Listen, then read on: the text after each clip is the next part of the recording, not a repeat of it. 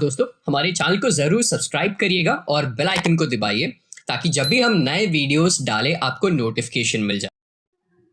Hi friends, in this video we are going to learn the basic structure of a C program. For every C program we have two major sections. First one is the header section and the second one is the main section.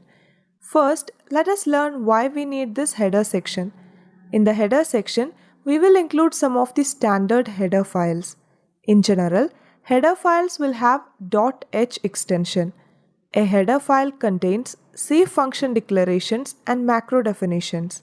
For example, stdio.h, math.h, etc. And in stdio.h, we have a declaration for printf, scanf, etc. for reading or writing data. And if you want to use these functions, you definitely need to include the header file stdio.h.